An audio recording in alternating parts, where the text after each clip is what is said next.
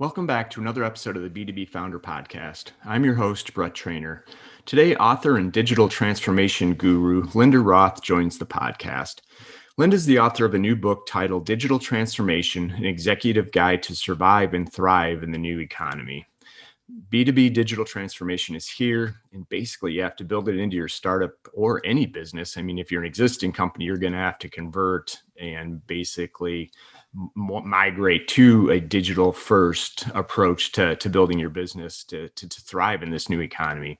It's a great book. And in this episode, we break down Lynda's approach on how to build a startup, what we can learn from the not too distant past and really not make the same mistakes, as well as a number of stories of B2B companies that have effectively made the transition and how they did it.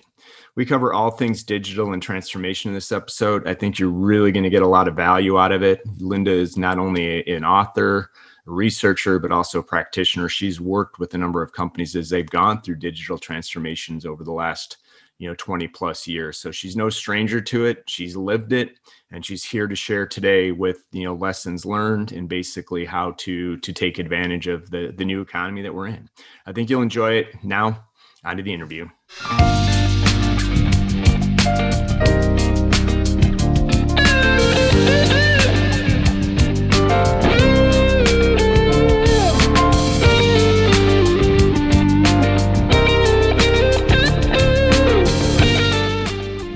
Hey, good morning, Lynda. Welcome to the podcast.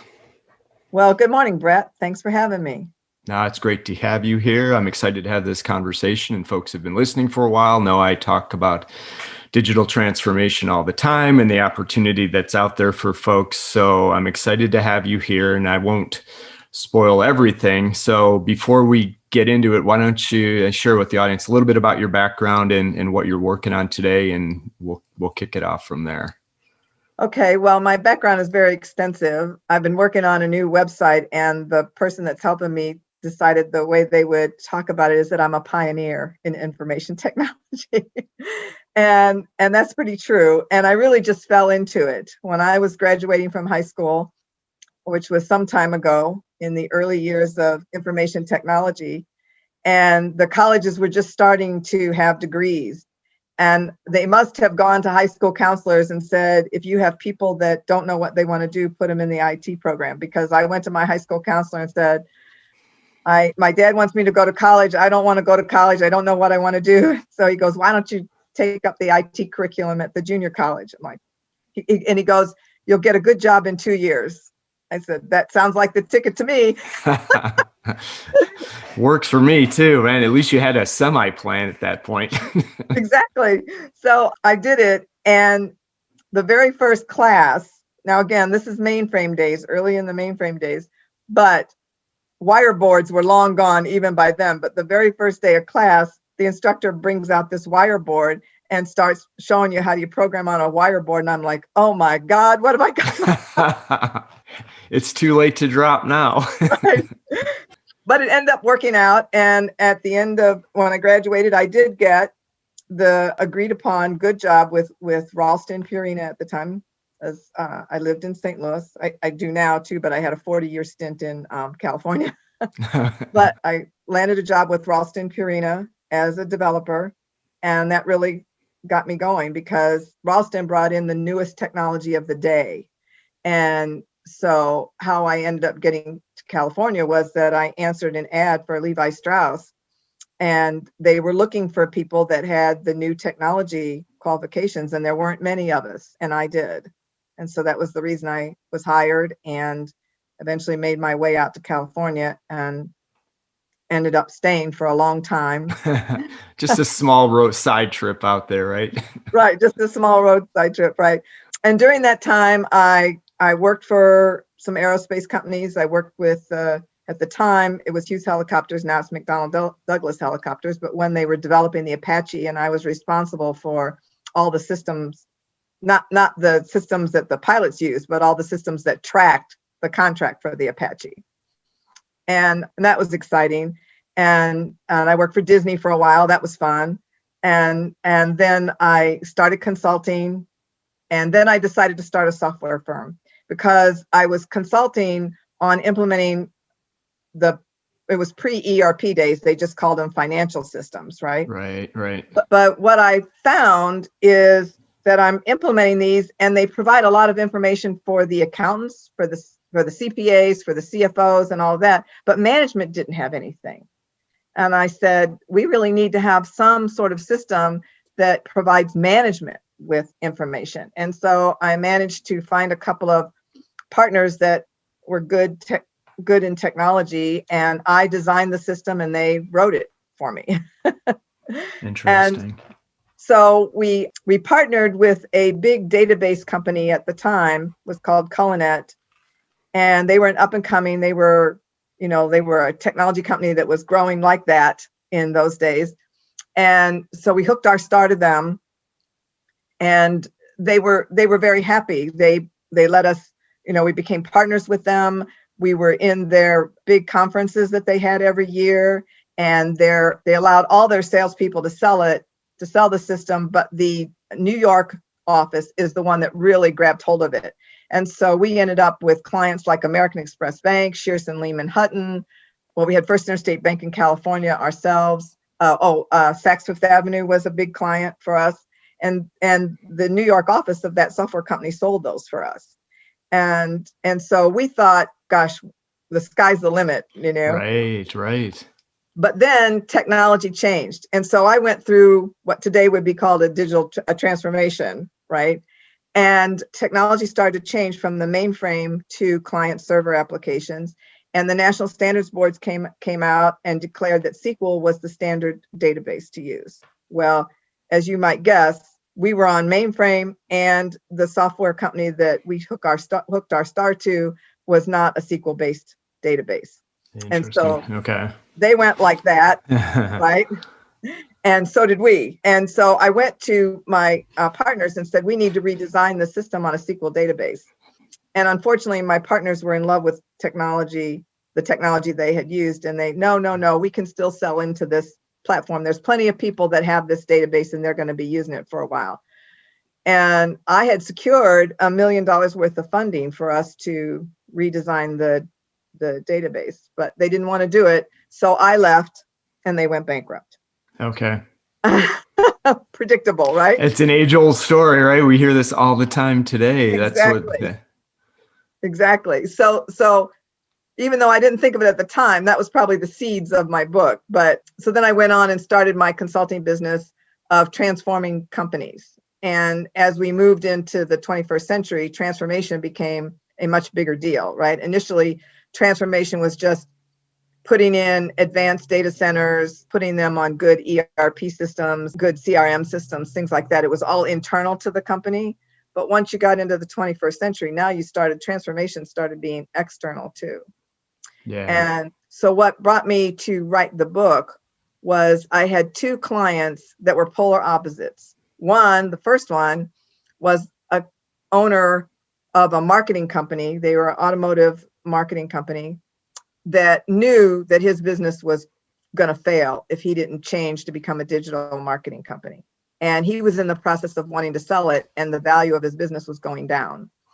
So he hired me and put me completely in charge of turning that company into a digital marketing company. No small task. No, it's not. Right. What year was this? This was the end of 2012. Okay. I started in 2012. So I worked there 2012 through the end of 2012 through the end of 2015.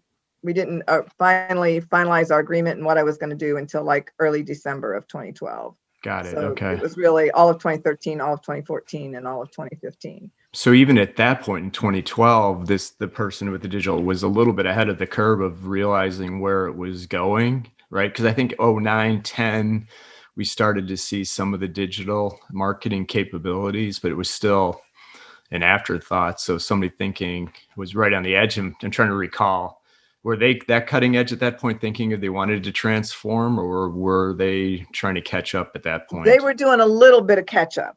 Because they were the ones that sent out the postcards for the maintenance on your vehicles, right? Okay. So first of all, several years before that, new vehicles had sensors on them and would display on your dashboard that you needed an oil change or that your tires were low and on air, right? So they started losing a little bit of value, but the dealers didn't know. And just because it flashed on the dashboard didn't mean you would go to the dealer. And the job of the company I was working for was to bring the owner back into the dealership where they bought the car. Got it. Okay. Not to go to an independent repair facility.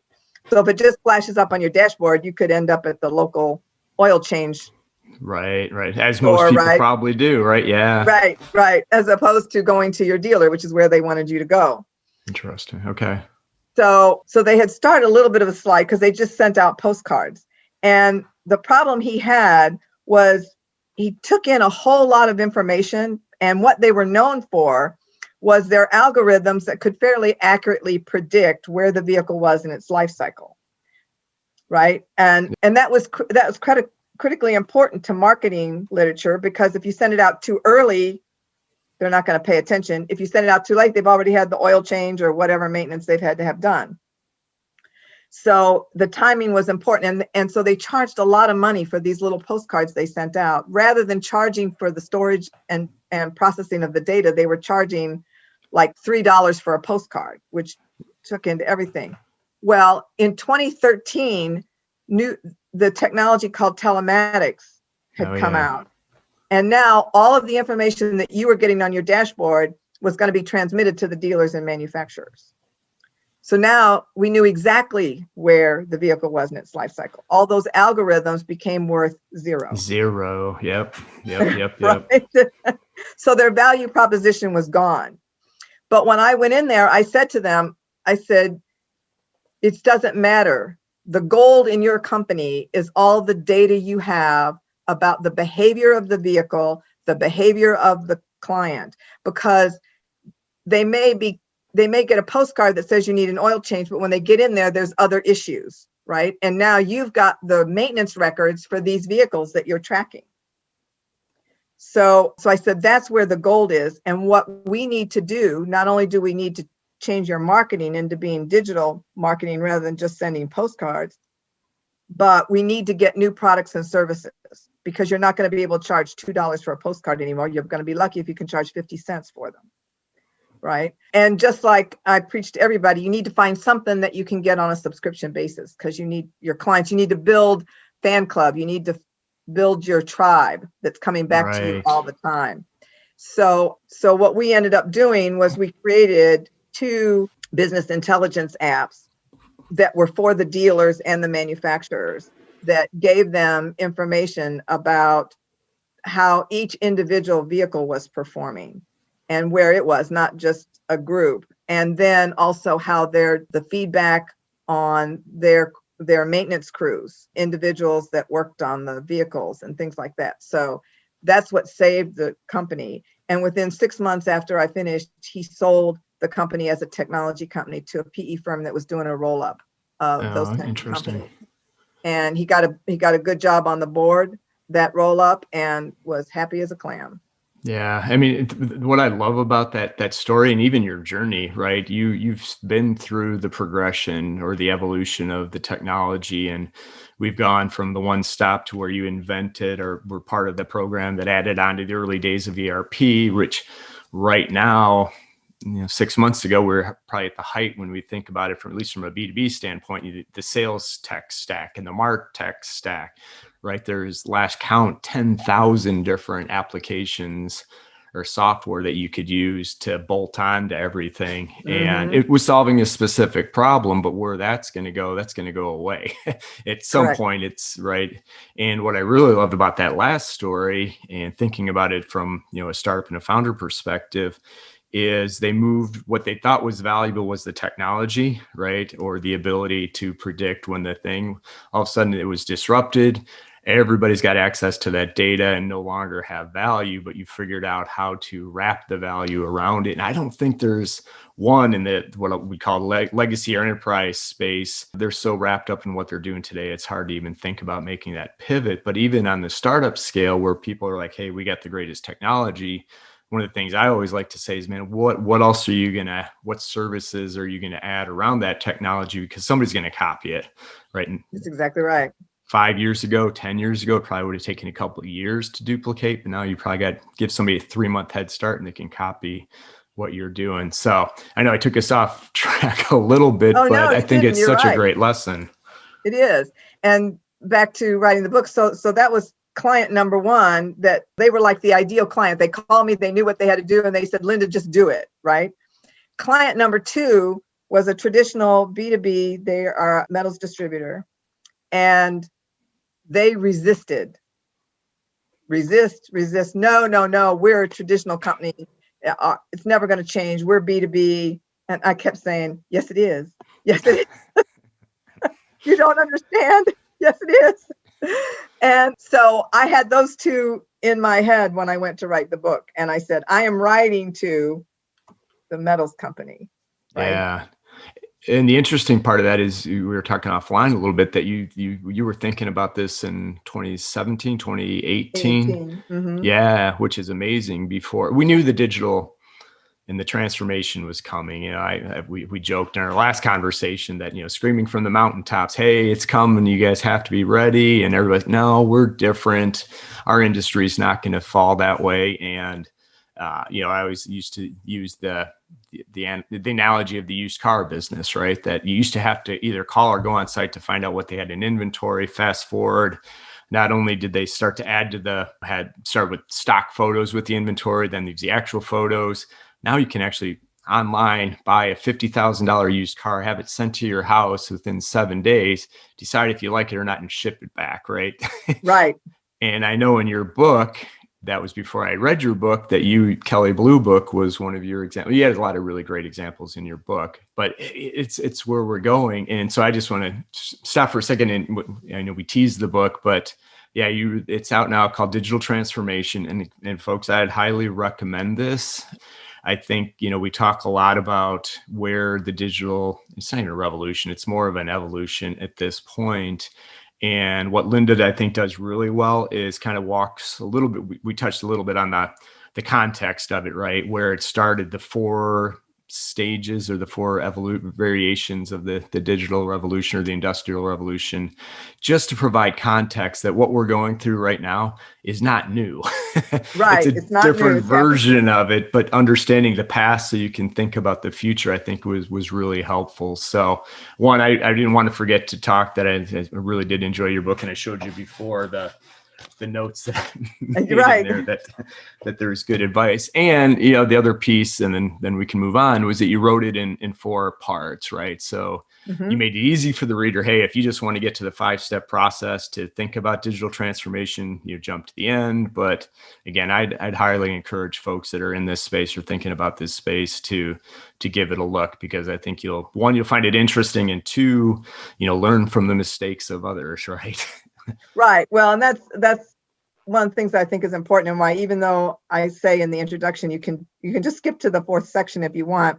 But I think that the first section gives some historical context and shows mistakes. It was definitely hard to find examples, companies that didn't make it from being a 19th century, i.e. 1800s company, to moving in. But one thing I didn't think about, because I was looking for exact companies, but if you just looked at industries, the people that had telegraph companies did not end up being the people with telephones.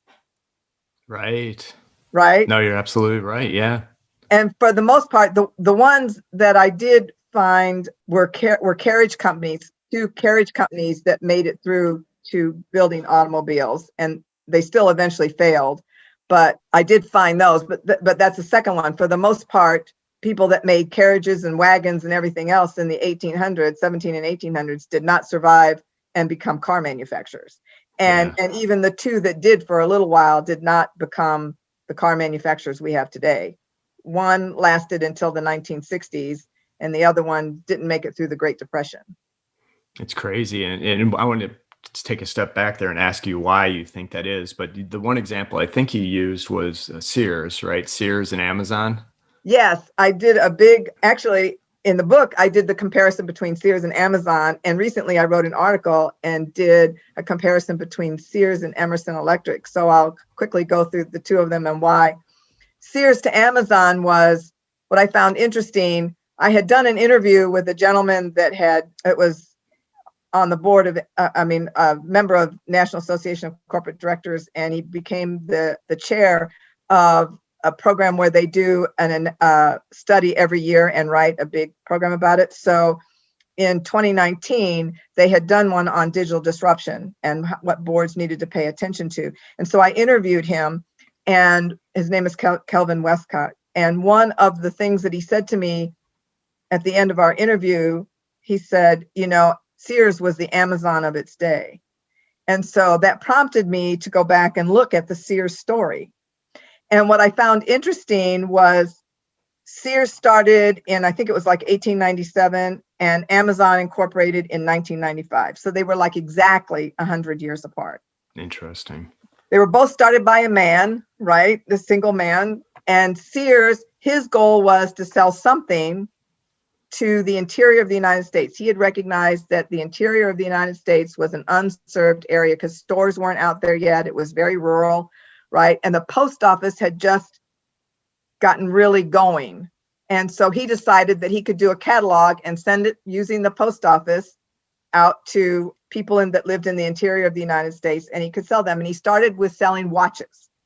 That's what he started. I didn't know that. Interesting. Okay. And by the time that he started to grow, he was selling houses and cars through his catalog.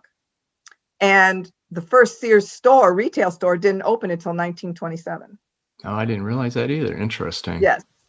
So then you skip to Amazon. And so Jeff Bezos, same thing. He wanted to sell something, anything on the internet to prove that you could sell product on the internet. So he picked books. It was an easy thing to sell.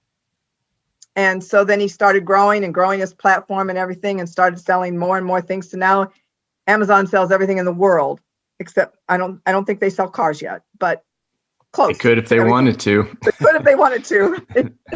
But everything else Amazon sells, right? And then Amazon has recently opened, well, they partnered with retail. They bought up Whole Foods so they could do the grocery. And then they partnered with Kohl's as a return facility and some other things. I don't know whether they'll eventually buy it, but the two, stories kind of weave the same way. And my question that I pose in the book is, why did Sears, with all its wealth, and, because it became a captain of industry in the 20th century, it's not like it was a small company. Right. Why did those people not think to do what Jeff Bezos did, even after Jeff Bezos started? I mean, when Jeff Bezos first started, Amazon was up and down and losing money and didn't know whether they were going to get started. Why didn't Sears jump in? Sears could have grabbed it and destroyed Amazon just like that in the 1990s. And they didn't. Why? Right? I don't know why. I've got theories, but I'd love to get I think you fall in love with your revenue streams, and correct.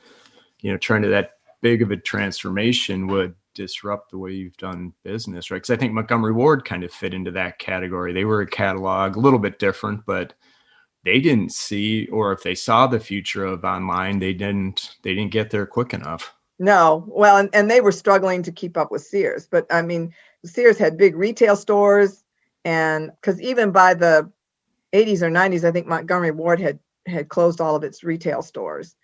So they were struggling. I don't know whether they could have made it or not, but Sears could have. I mean, in the 1990s, Sears was still a juggernaut, right, in retail, and now they're all but gone.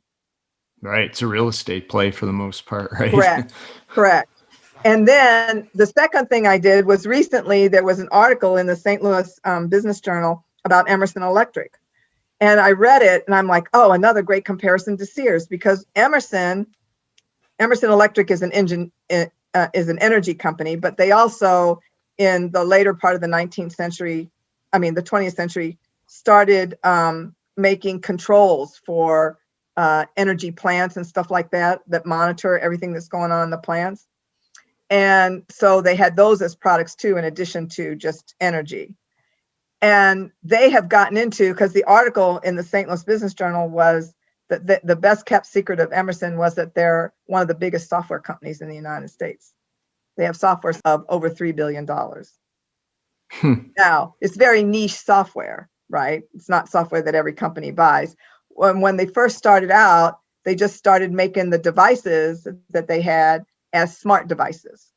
So now they had smart devices out there that were monitoring everything, gathering all this data, just like the vehicles had started having sensors and gathering all the data, right? And so then they wrote software applications for their customers that had these sensors to be able to see what was going on and get reports off of those sensors. So that's how they first started software. But now they've been buying software companies. And they have, the article said it's 3 billion and something in total software sales. And a little over $1 billion of that is software sales that are not connected to their devices. That's other interesting. software. Okay. Right. And now they're $11 billion companies. So software is still not their major thing. Right. But my point in all that is and Emerson started in the 1890s. That was the other point. Emerson started in the 1890s. So here's another 19th century company that became a behemoth in the 20th century. And in the 21st century, they started seeing what they were going to have to do. And they're moving into software. They've become a technology company.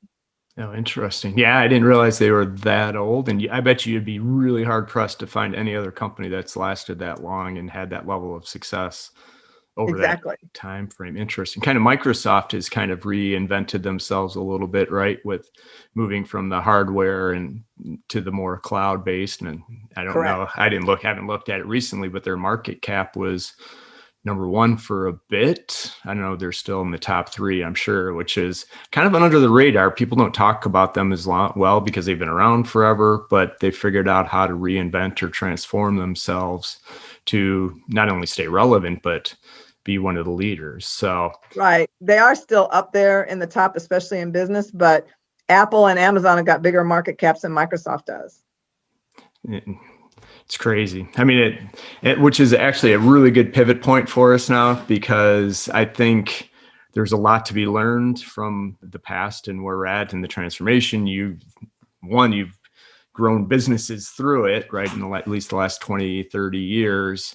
So if I'm a startup, a founder, where should I be looking? Where are my opportunities? One, and then two, if I'm starting to build a company, right? Because a lot of your work in the book is around transformation, helping companies pivot to being a digital first company. So I would love to get your perspective and what your advice would be to, startup founders that are starting their journey now, and maybe what to avoid. That's a broad question, but I'd love to get your opinion on this. Well, you've got to start as a digital company. And I don't care what you're in. I don't care whether you're in service. I don't care whether you're in retail. I don't care whether you're B2B. You start as a digital company. And first of all, it's so much easier now, right? I mean, a lot of the things that you're going to use as a digital company are free or near free that you can start out with. Whereas if you're going to start a traditional company, you got to lease space. Yeah. You have to do a lot of advertising. I mean, there's a whole bunch of things you have to do, and they all cost money. But with Facebook, YouTube, and your own website, you can create and start a business and build it. You obviously have to have something that you've at least got a niche, and that's the other thing is I would say look at niches. You and I were talking about before. So one company that I profile in the book is, her company name now is Charm Patterns, but she started out just teaching people how to sew. And it's been a hobby of mine since I was a teenager. So I enjoy sewing. And I can't remember exactly how I ran across her. I think but initially I came to know her in like 2012, I think, around there. And I had purchased, I think what I had done, she designed patterns for a couple of the major pattern companies. And I had bought one and I had noticed it had a little picture on it, right? And it said Patterns by Gertie. Her name is Gertie. And so I ended up Googling her and I found a blog that she had. And so on her blog, she would write how to address some of the more difficult things in the patterns that she had and and other patterns that she was making that she would show. And anyway, her niche is she designs retro styles, what everybody calls mid-century, the 50s, 1950s and 1960s styles, which are getting very popular. But sewing was considered a dying art, right? And I can't tell you how many people she's taught to sew, thousands. But anyway, fast forward, she did that. So she was designing those patterns. She started a fabric line, and so I bought some of her fabrics. And she came out with her own line of patterns. It's called Charm Patterns. And so because I was following her, I bought the first two that she came out with right away. And then she started designing more patterns. And one of the things that she started doing was, instead of having a traditional pattern, which is you get a dress, right? And you might have a sleeve variation or a few things, but or maybe two different skirts on it, but nothing much. And you want a pair of pants or something else, you got to buy another, or a blouse to go with a suit that you bought, you got to buy another pattern, right? She would have a whole bunch of pieces and you could mix and match them. So one of the third pattern she came out with, she called it the night and day dress, and you could make 72 different dresses out of it. She had 6 different sleeve options, 2 different bodices, 3 or 4 collars, 3 skirts, and you could mix and match everything, right? So she was changing kind of the way you did patterns. And so she had a year or two of just having her patterns, and then she had started Facebook groups. So she'd have a Facebook group for every pattern she had. And you could get on and ask questions. Everybody showed what they were working on. And she also did private trainings. And she wrote 4 books. She also has 4 books. And there's patterns in all of her books also. So then right before the pandemic, and I mean literally the month before the pandemic, she started her Patreon site. So now she's turning all of these followers into subscription payers. You pay so much a month, and she releases a new small pattern every month. So one month you'll get a skirt. The next month you might get a bodice, or you'll get different sleeve variations, or she's done one thing that she called the swing coat. Last month we got a little capelet, so you have some sort of outerwear. But she ends up where she integrates it. So last year, she created with her charm patterns a skirt pattern that had a pencil skirt and a full skirt. Then in October of last year, she created a bodice that went with those skirts, so you could make them into a dress. So you could make a dress with a full skirt or a dress with a pencil skirt, right? And then in February of this year, she came out with a little capelet to go over the dresses. And then this month, she came out with a pair of pants, and you can take the waistband off the pants and put the bodice on and make a jumpsuit out of it. So she intertwines everything. So she gets you hooked now. You got to have her patterns, the charm patterns. You want to stay on her subscription site to keep getting all of the stuff that comes on the subscription site. And so in a year, she has gone from 0 to about 4,200 followers paying a subscription fee. That woman is raking in money.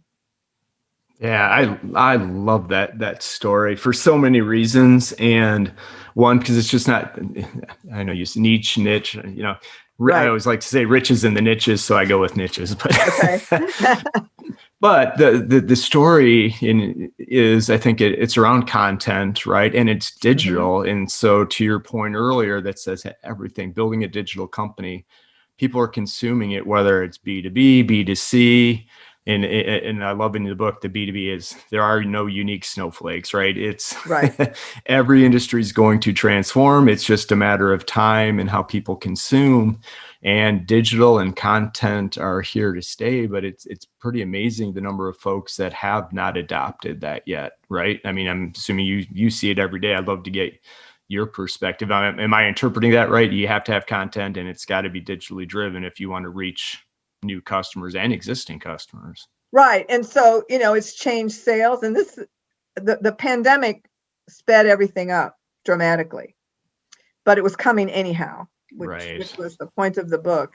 And, I had a B2B customer that kept insisting that it wasn't going to change because they were B2B. And I said, really?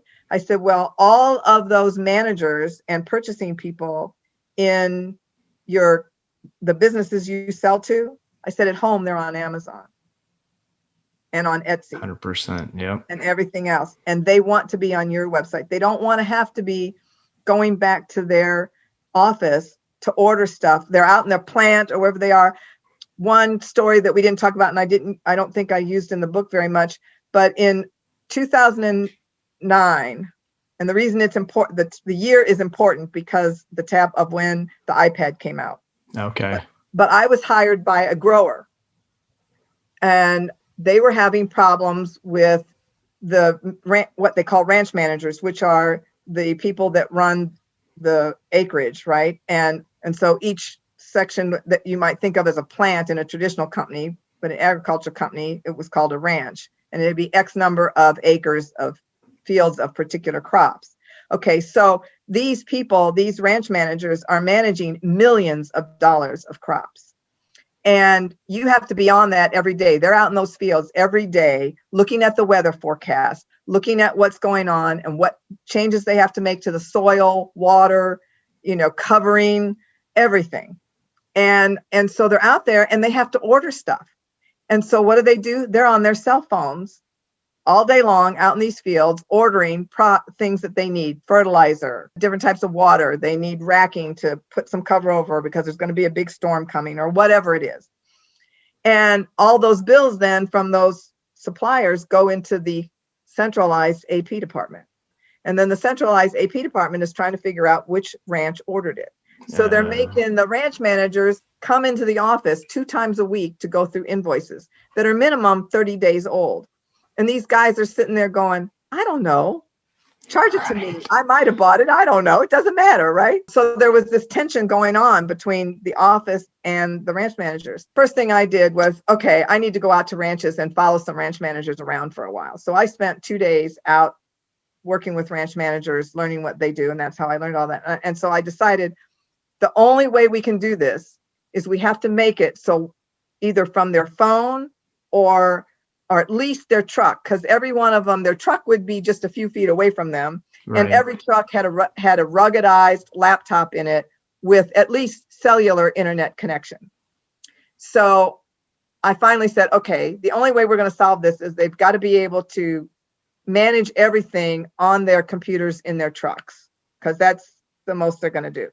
So I ended up designing a system that would assume we put together a website that they could access on their laptops in the truck, and then they could at least log what they had ordered, right? So that the AP department would have an idea when the invoice came in. Well, just as I'm finishing up this study and laying this out, the iPad is introduced.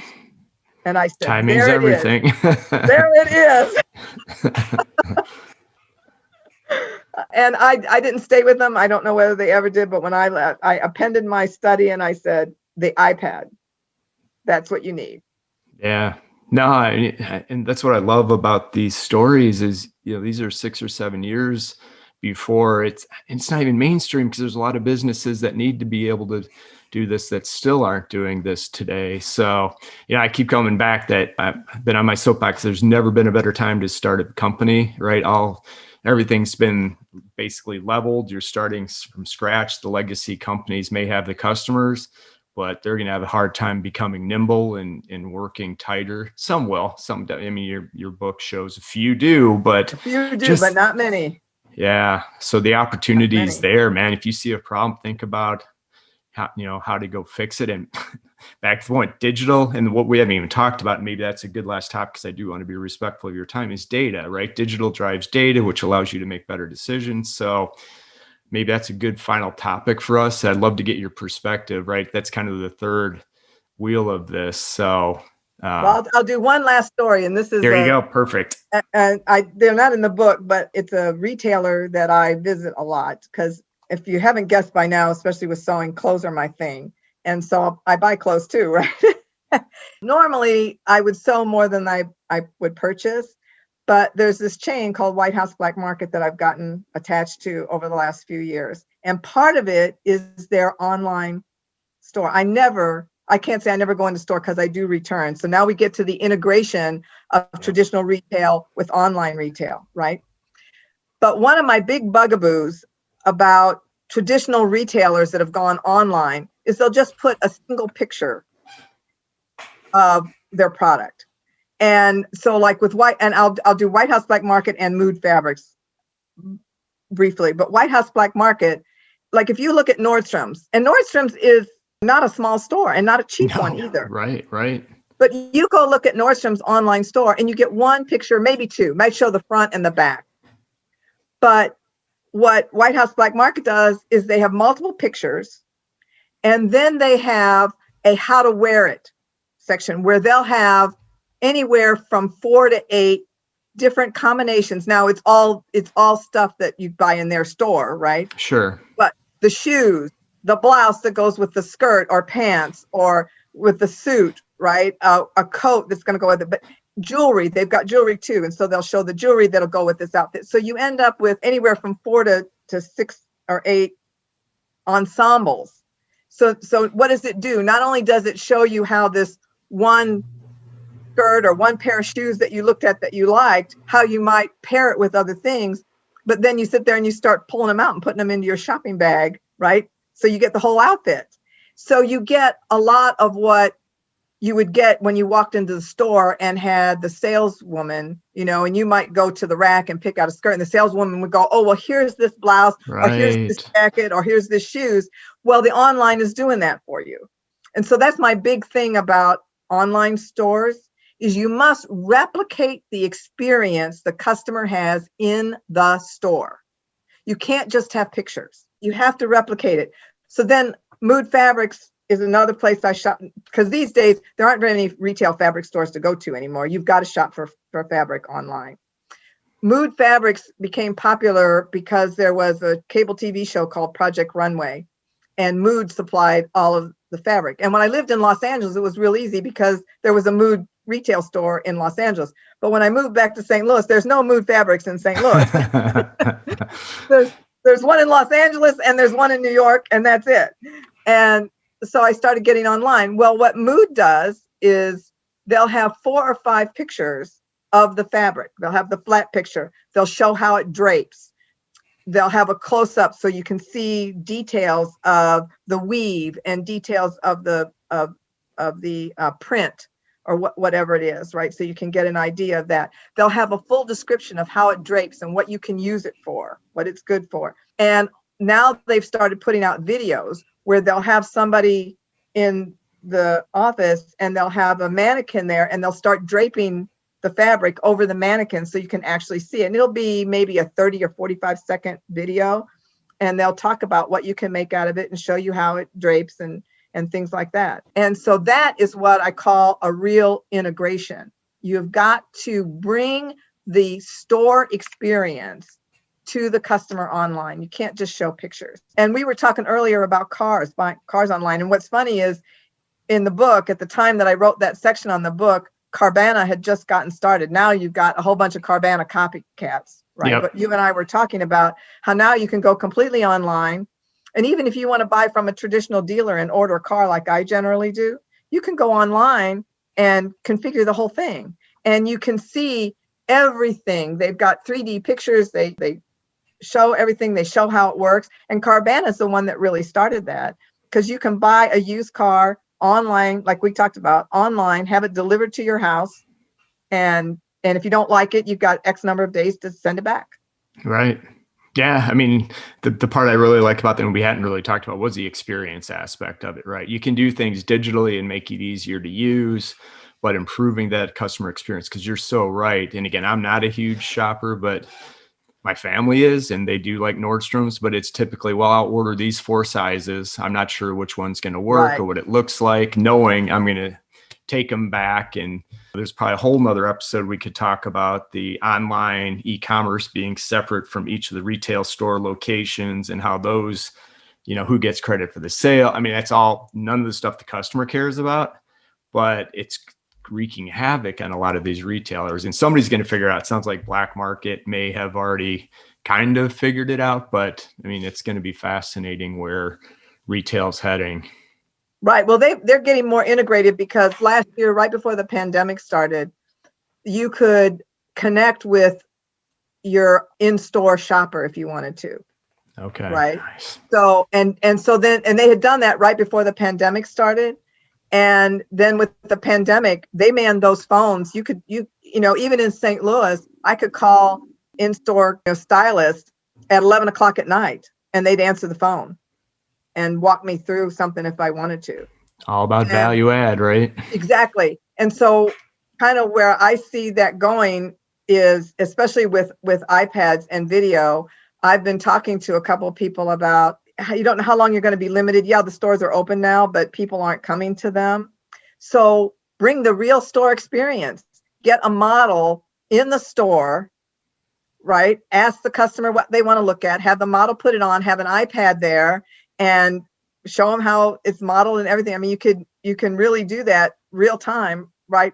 With connecting the store, and then the store can get credit for the sale. So that's one way to do it. And then quickly, we were talking about data, and that's the other reason I like White House Black Market and some other of the big stores. I'll buy something from Nordstrom's, and I never get any kind of emails from Nordstrom's. I get at least 5 emails a day, if not more, from White House Black Market, right? And the other thing that White House Black Market has done recently is they put together my closet. So everything I buy, within seconds after I've ordered it online, it's in my closet. Oh, interesting. And it's pulling out other stuff that I already have that they know I've purchased, and other stuff that's at the store, showing me how I can put together outfits with stuff that are in my closet. I think that's really clever. It's very clever. And so it gets to having data, right? They've got data. They know what I look at. Well, and I mean, you could do this a long time ago. One thing Nordstrom's, I think it was Nordstrom's I bought them with, but a few years ago, I was still living in California. One night, I couldn't sleep, and I'm just shop on, or at least look, and I had found this pair of shoes, and they were unique. What I liked about them was they were gray patent, and then they had platform had a yellow platform on it. And so within the next, I didn't buy them that night. I resisted. And within the next week, every website I went to popped up those shoes. Yep. So finally I said, okay. I bought them. So I buy the shoes. So then some number of weeks later, I'm looking at a pattern on something I want to make. And I pull out this pattern from the 1980s that is done in 2 tones. So it's a suit, and the skirt's in one color and the box jacket's in another. And then it's got a reversible swing coat to it that, you've got both colors. So I'm sitting there thinking, well, what colors do I want to make these out of? And all of a sudden I go, Lynda, you got a pair of shoes that are gray and yellow. Go get gray and yellow fabric. So I'm in Los Angeles then. So I did go to one of the Los Angeles retail stores, and I took my shoes with me, and I said, find me a yellow wool and a gray wool that'll match these shoes. And today I have an outfit in yellow and gray. That's where we're heading, right? It's just people to figure out first. So you want to capture, and there's so much data you can capture for marketing. And that's what you've got to do. And say the last bit on that is because you call it out specifically, I think, in the book about data to insights, right? Everybody got a boatload of data, and there's nothing they can do with it. They don't know what to do with it. Turned it into insights, and that's where the real value and the power is. That's correct. Well, and we had talked earlier about the client I had that was an automotive marketing company. And one of the things that we did to increase their value so that they could sell the company was we created business intelligence apps that use the data. And the very first day I went into that client, I said, the gold in your company is all the data in those databases. And so we built 2 business intelligence apps that we sold on subscription basis. So I would use 2 words, subscription and data. Gold in them there hills, as they That's say. Exactly right. Without a doubt. And you can have a very small niche, and if you're mining them with data and subscription, because even Mood Fabrics now, I'm not on a subscription with them, but I buy a lot from them anyway. But you can join their subscription and you get swatches of fabric. If they would let me pick the swatches I wanted, I'd join it in a second. But they pick the swatches, and so I don't want to. Interesting. I don't want to pay it, but they're my go-to fabric store anyway. But you got to think outside the box as to what you can have on a subscription. I think almost anything can be on a subscription if you think about it the right way. I had the founder of Penji on here, and they do graphic design, right? And it's hard to differentiate yourself because there's some really good graphic, and they do really good work. But where he looked at it was, I can differentiate based on pricing, right? So for a flat fee, monthly fee, you get unlimited graphic design, with the caveat being you can only do one at a time. But literally in a month, you just keep the projects going, and it's a reoccurring revenue stream. It's not bunched up I mean, it's genius. So I think there's a lot of businesses should be trying to figure out how they move at least a portion, if not all of their business, to the subscription type of a model. And there's ways to do it. It's just different than the way they think about it today, which comes back to our theme, which is there's a lot of opportunity out there, folks. Think about it, how you can do something differently in these older industries, and you got a good chance. Well, and I use the word reimagine, because the second step in my 5-step process is reimagine your business as a 21st century business. So if you're a startup, start thinking of it that way. If you've got a traditional business, you've got to sit down and throw out all the old stuff and just reimagine what you can do and what your company can be. And it's content. The most important things are content and subscription. I mean, that's the other thing. Back to Miss Gertie, right? And I don't know whether I had mentioned it, but as soon as the pandemic hit, she could have lost her whole business because the pattern companies couldn't print her patterns anymore because they were all closed, right? So she couldn't issue those. She got on YouTube every day from the time we closed in mid-March until the end of June. She was on YouTube every day for an hour talking to her fan base. Just open conversation. Build that tribe. And I guess we were offline talking about that. It's not only the value of you providing content, but all those like-minded folks that now help each other and engage with each other and create a much stronger tie to the brand. And it's easier said than done, but it comes back to the content piece of it. And I tell folks it's no longer an option, right? If you want to grow a business, you're in business, value-added content, just not content for the sake of content, is what you need to be able to do. And if you can do it better than others, you're going to have a leg up, which ties back to the digital and the data. And you can see where the story goes, right? Exactly. And when she did that, what did it cost her? Nothing. YouTube was free. It could cost her an hour of her time. She's sitting at home anyway. She couldn't do her business, right? So she was sitting at home anyway, and she was given tips. And what ended up growing out of that 2.5 months or so that we were all online with her, everybody was alone. Everybody was thrown into that. And she was a friendly voice, and she made friends. We all became friends, and she made friends, and she gave out lots of tips. She would talk about undergarments to wear underneath the clothes that she designed. She would talk about the shoes that she had. A lot of people get into styling their hair in retro styles. I'm not into that, but she would go through hairstyles. She just went through everything. And she was, I would say, for some women, she was the voice that kept them sane in those first few months. Yeah. And guess what? It's going to keep growing, right? Eventually we'll exit the pandemic, but she's built a business and the tribe, and it's just a great example. She still has one YouTube a month for her tribe. Okay. That's a great blueprint. I mean, that's what I'm trying to highlight in episodes now, is what is the blueprint of the future? And the recurring themes are kind of a lot of things you highlighted around the digital. It's got to be digital, the data, and then the relationship and the experience. It sounds so simple and intuitive, but it's really hard for companies to do this. So if you can crack that code, you're going to have a good chance of success. It is hard. And it's hard for almost everybody, even the startups. But if you look at some of the ones that are big market cap companies today, like Netflix, and I profile that about how Blockbuster blew it. Because Netflix, when those two guys were designing their technology, they first offered that technology to Blockbuster for $5 million. Can you believe it? Yeah. Nothing surprises me anymore, but whoa, that's a big miss. Exactly. And I mean, that's like being the third out in the World Series and losing the World Series, right? And then they had another shot at it. They had another swing. A year or some number of months, a year later, Netflix came back to Blockbuster when they had proven, and they were now mailing it out and proven that it would work. And now they had upped it to, I don't know, 25 million, 100 million, but it was still in the millions, not in the billions, right? to sell to Blockbuster, and Blockbuster turned them down again. Wow.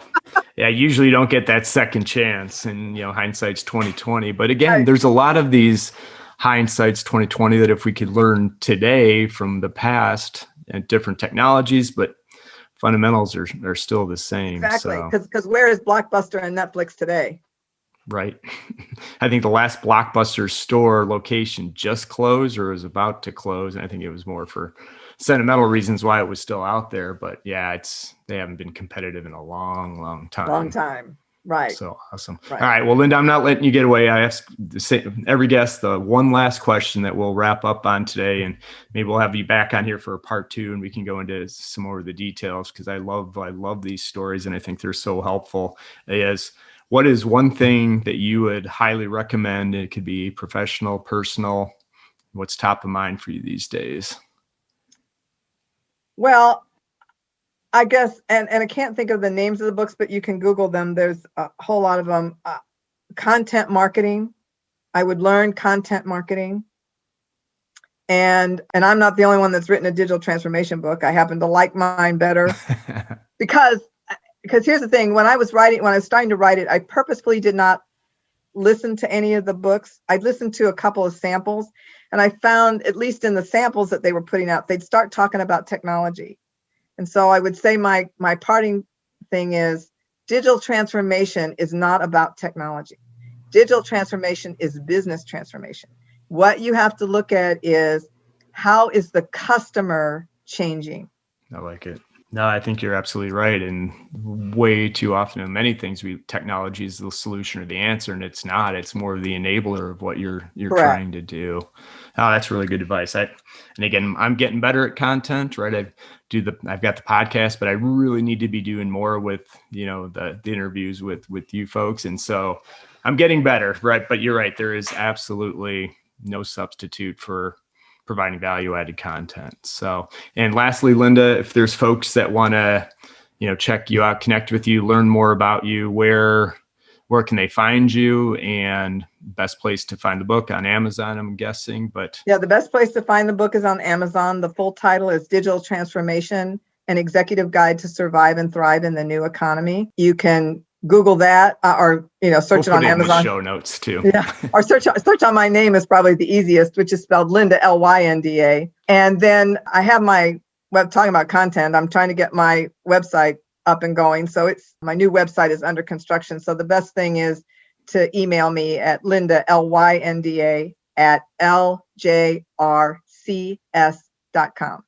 Got it. And again, we'll put this in the show notes for easy reference. Folks, you can come look at. But again, Google too, I think, as I found with authors, with your middle initial, right? It's J. So it's Lynda J. Roth is the easiest way from Google. Perfect. That's probably the easiest way when you either Google that or on Amazon, put that in, it'll bring the book up.